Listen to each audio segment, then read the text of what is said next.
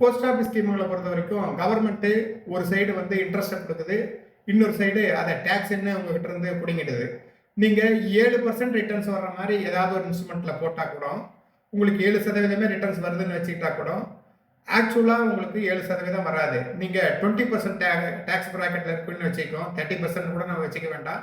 20% tax ப்ராக்கெட்டில் இருந்தாக்கா உங்களுக்கு ஆக்சுவலாக உங்கள் கையில் வந்து கிடைக்க போகிறது வந்து 5.6% தான் ரிட்டர்ன்ஸ் வந்து கிடைக்கும். இது நம்மளுடைய கரண்ட் மார்க்கெட் இன்ஃப்ளேஷனை விட 1லிருந்து 1.5% வந்து குறைச்சல்.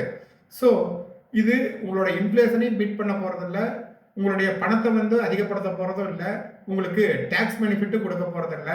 அதனால் நீங்கள் ஸ்மால் சேவராக இருந்தாக்கா நீங்கள் போஸ்ட் ஆஃபீஸில் போகிறதுக்கு பதிலாக ஒரு மியூச்சுவல் ஃபண்ட்லேயோ இல்லை அதையே கூட லிக்விட் ஃபண்டில் போட்டால் கூட உங்களுக்கு வந்து ஒரு வருஷம் தாண்டிடுச்சுனாக்கா 7% வந்து 7.5% வந்து அதிகமாக லாங் டியூரேஷன் ஃபண்டெல்லாம் வந்து இருக்குது.